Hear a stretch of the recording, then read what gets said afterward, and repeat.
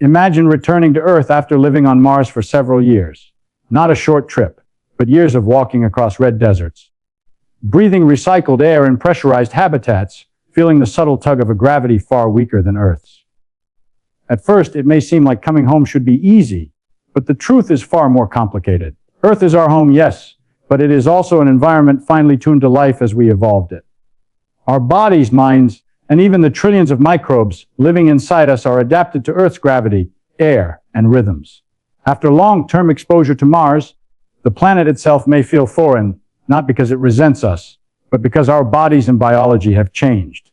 Gravity is the first and most invisible factor. Mars has only about 38% of Earth's gravity.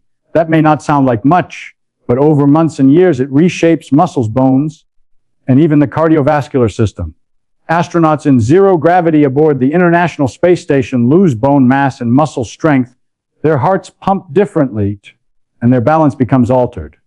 Mars is not zero gravity, but it is significantly weaker than what humans are adapted to. Imagine living your life on a trampoline and then stepping onto solid concrete. Your legs shake, your bones creak, and even standing feels tiring. Returning astronauts will face this exact struggle. Walking, running, and even standing still may require effort that seems disproportionate. The planet is not rejecting them intentionally. It is simply applying a force their bodies have temporarily forgotten how to manage. Air pressure and atmosphere add another layer of complexity. Mars has a very thin atmosphere, mostly carbon dioxide, less than 1% the pressure of Earth's air at sea level. Humans breathe comfortably only inside pressurized habitats or spacesuits. Over time, the lungs, blood, and oxygen-carrying systems of long-term Mars residents may subtly adapt to this low-pressure environment.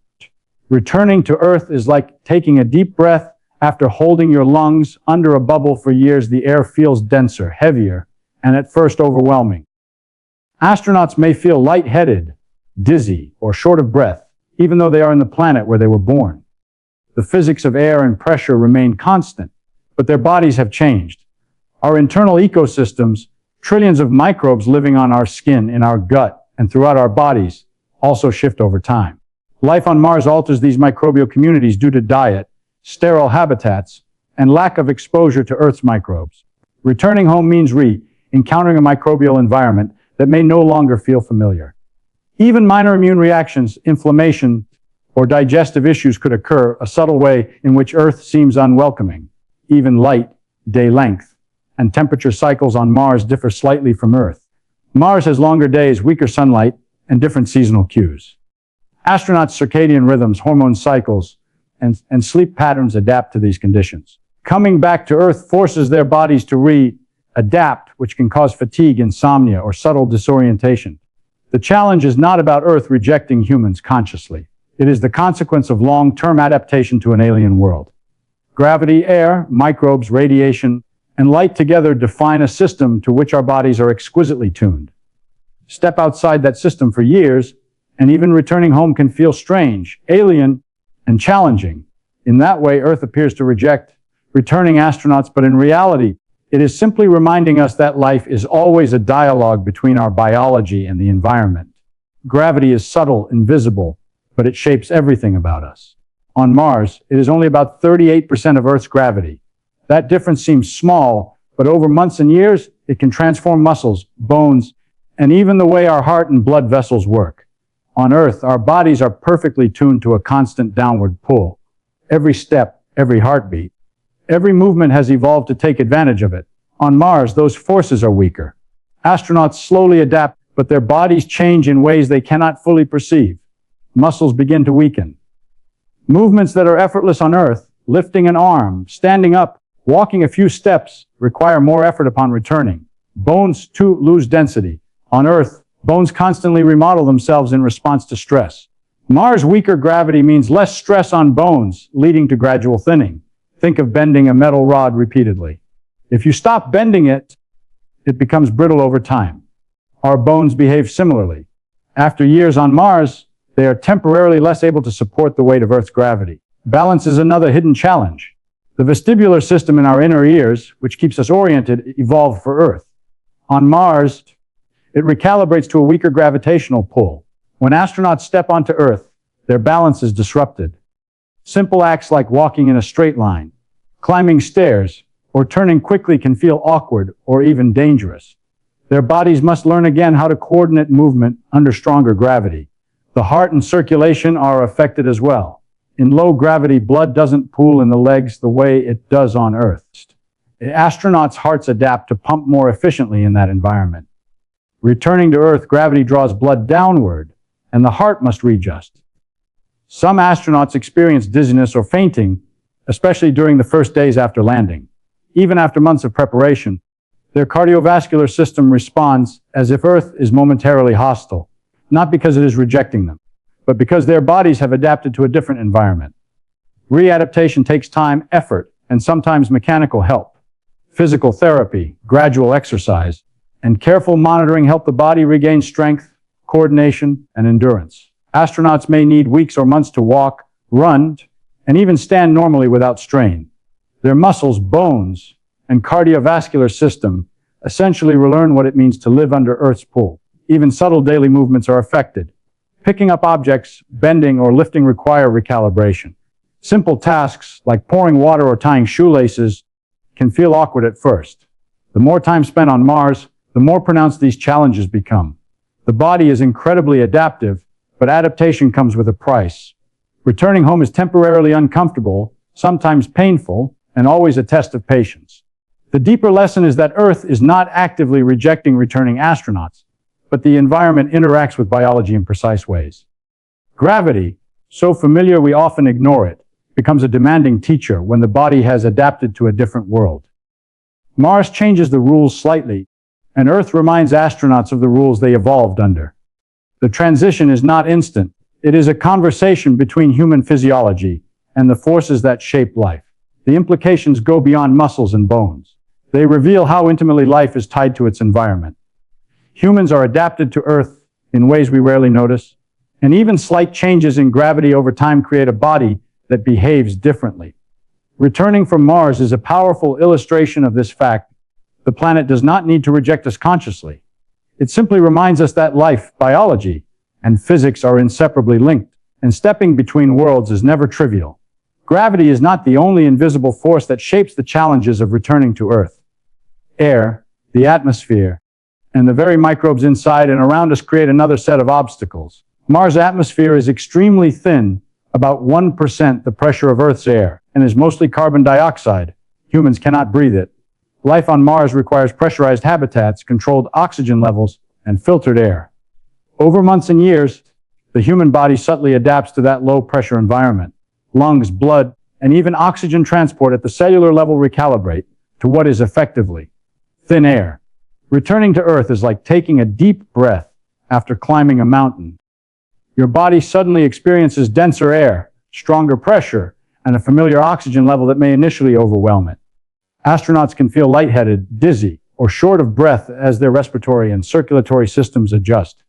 Inside every human, there is an entire ecosystem of microbes, trillions of tiny organisms that influence digestion, immunity, and overall health. Life on Mars reshapes this ecosystem. The diet, sterile habitats, recycled air, and reduced microbial exposure cause significant changes. Some microbes disappear, others expand to fill the ecological gaps. Returning to Earth means re-entering an environment teeming with microorganisms that the body has not interacted with for years. Even minor exposures to these microbes could trigger immune reactions, inflammation, or subtle digestive disruptions. It is not Earth actively rejecting anyone. It is simply biology responding to unfamiliar signals. Think of it like moving to a distant city for many years, eating a completely new diet, breathing different air, and living in a microbe-poor environment. When you return home, your body may struggle with familiar foods, water, or allergens. What used to be ordinary suddenly feels extreme. Mars magnifies this effect because the environment is alien in multiple ways: radiation, pressure, gravity, and microbial diversity all combined. Even the simple act of breathing changes. On Mars, the partial pressure of oxygen is lower, and astronauts' lungs adapt. Red blood cells, which carry oxygen, may increase in number or efficiency. Returning to Earth, where oxygen is more abundant, the body must readjust. This recalibration may cause temporary dizziness, headaches, or fatigue, particularly during the first few days. Subtle chemical changes occur as well. Hormone levels, blood pH, and hydration balance all adjust to the Martian environment. Even water intake and salt balance differ on Mars due to recycling systems and habitats. Returning to Earth forces the body to reverse these adaptations.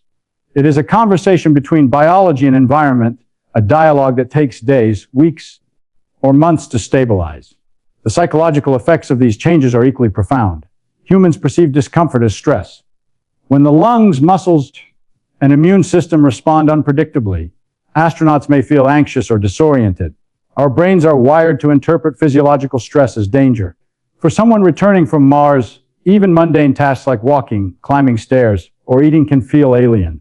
What we learn from this is that Earth does not need to consciously reject returning astronauts. Instead, the interaction of our bodies, the microbes we carry, and the environment creates a temporary mismatch. Life adapts beautifully, but adaptation takes time. Mars reshapes human physiology in ways that are subtle but profound, and coming home is a process, not an instantaneous reunion. This process reminds us that life is not separate from its environment, it is a dialogue with it. Returning to Earth is a lesson in humility, patience, and the intimate connection between humans and the planet that first nurtured them. Radiation is one of the most invisible and underestimated challenges of returning from Mars. Unlike Earth, Mars has no global magnetic field and a thin atmosphere. So cosmic rays and high-energy particles bombard the surface constantly. Astronauts living there for years absorb more radiation than anyone on Earth ever does.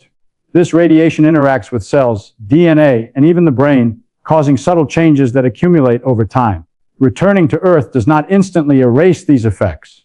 Our bodies may need to repair damage at the cellular level, adjust chemical balances, and stabilize neurological responses. It is as if the cells themselves are asking, "What planet am I on now?" Radiation exposure affects different parts of the body in different ways. Bone marrow, where new blood cells are produced, is particularly sensitive. DNA repair mechanisms are activated more frequently, and immune responses may be altered. Even the cardiovascular system is affected because radiation can influence the elasticity of blood vessels and the function of the heart.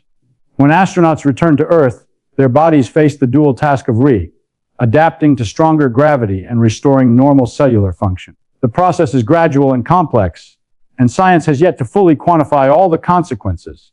The brain is not exempt. Neural circuits are influenced by both gravity and radiation. Cognition, memory, and sensory processing may change subtly on Mars.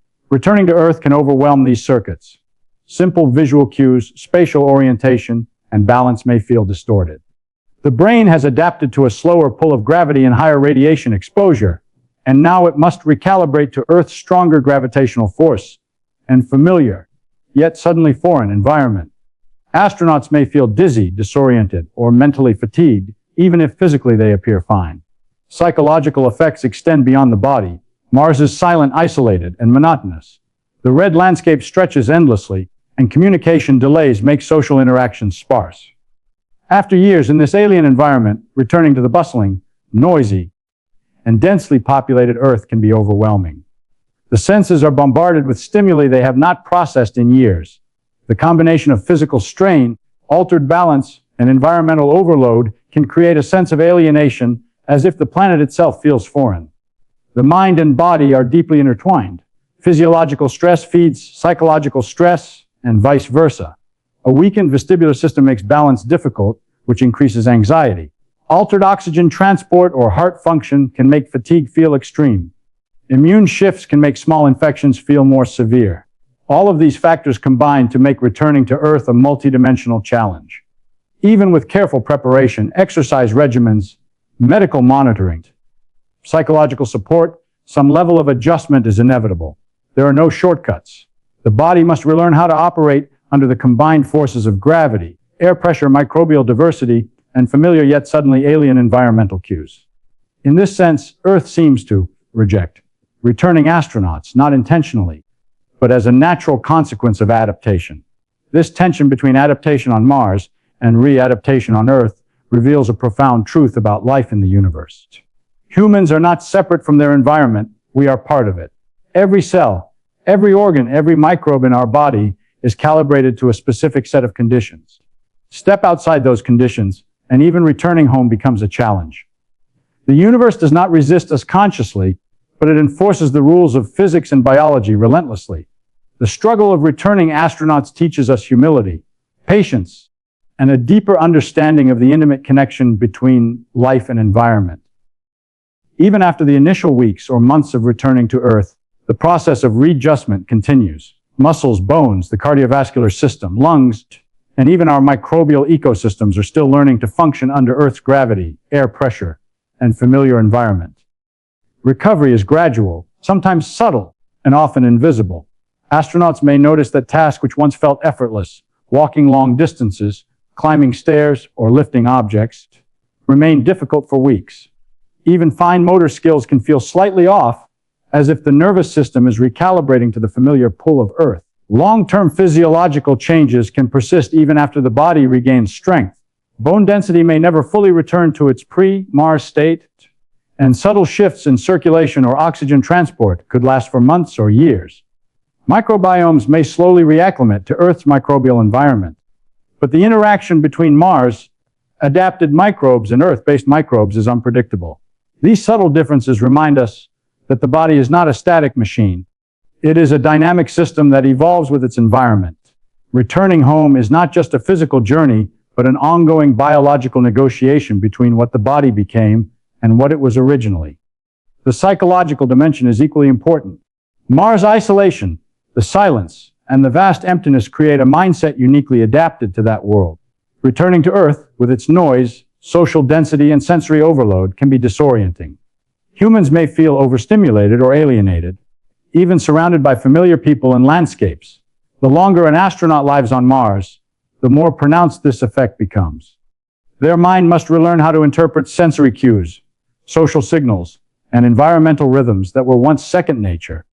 Even though Earth is home, the perception of belonging can take weeks or months to restore.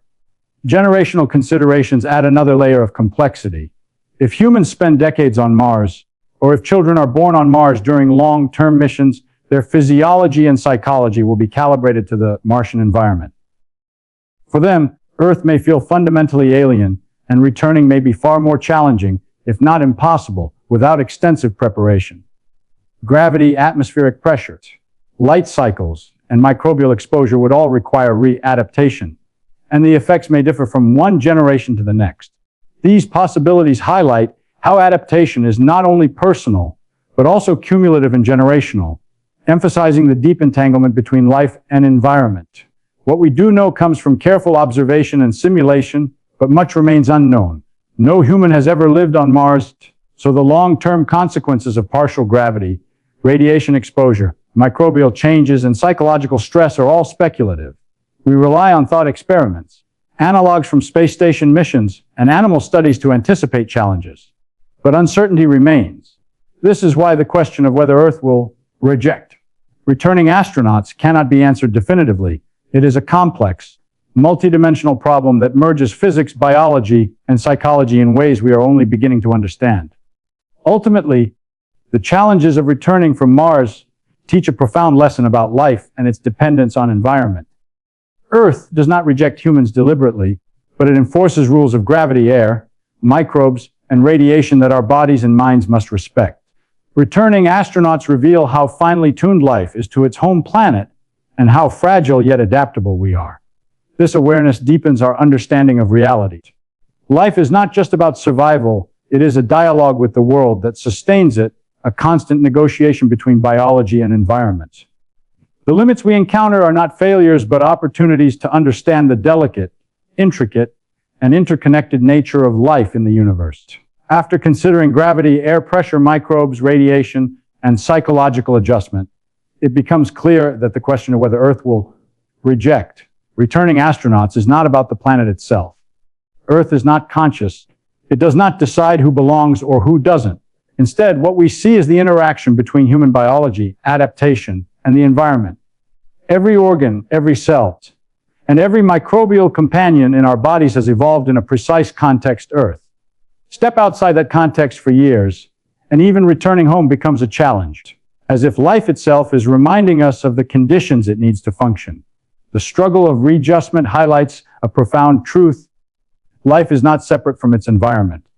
We often take Earth for granted, assuming that our bodies will automatically align with its conditions. But astronauts returning from Mars teach us that adaptation is real powerful and sometimes subtle. Bones, muscles, balance, circulation, the immune system, sleep cycles, and even the mind itself are all tuned to the forces, pressures, and rhythms of our planet. Change the environment and biology responds. Change it back, and a recalibration is necessary. This is not rejection, it is a conversation, a dialogue between life and the world it inhabits. There is also a lesson about limits and possibility. We dream of interplanetary exploration, of stepping onto alien soil, yet even returning to our home planet can feel strange after prolonged absence. The universe is not hostile, but it is precise, consistent, and indifferent. The same physics and biology that allow life to thrive on Earth also impose constraints. Gravity cannot be ignored, air pressure cannot be altered at will, and microbial ecosystems cannot be instantly rewritten. Our bodies and minds are magnificent, adaptive systems, but they are finite. Recognizing these limits does not diminish our curiosity or our drive to explore. It sharpens it. Understanding the rules allows us to prepare, to respect the environment, and to navigate the challenges more intelligently. The experience of returning astronauts also illuminates a deeper philosophical point. Home is not merely a location, but a system in which life exists. Mars may become a second home for some, but Earth remains the baseline to which all life is calibrated. Returning to it is a process, not a simple arrival. We must relearn movement, rebalance ourselves, reacquaint our immune system with familiar microbes, and retrain our minds to interpret sensory and social cues. In this sense, every step we take on Earth after Mars is a reminder that life is always engaged in negotiation with the environment, a dialogue governed by physics, biology, and time. Perhaps the most profound realization is that this dialogue is universal. Life anywhere in the cosmos will always be shaped by its environment, and every planet, moon, or star system has rules that cannot be broken. Adaptation is inevitable, but so is limitation. Humans returning from Mars embody this principle. The universe is not waiting to reject us, but it enforces its conditions with precision, revealing the delicate balance required for life. In the end, the story of returning astronauts changes how we see reality itself. Earth is a home, a teacher, and a system, not just a backdrop. The challenges of readjustment remind us that life is inseparable from its context, that the rules of physics and biology are both constraints and guides, and that understanding those rules is the closest we can come to mastering the art of survival in the universe. We may dream of Mars, but the process of returning teaches us humility, curiosity, and awe. The planet does not reject us. It simply reminds us of what it means to be human in a cosmos defined by order, limits, and infinite wonder.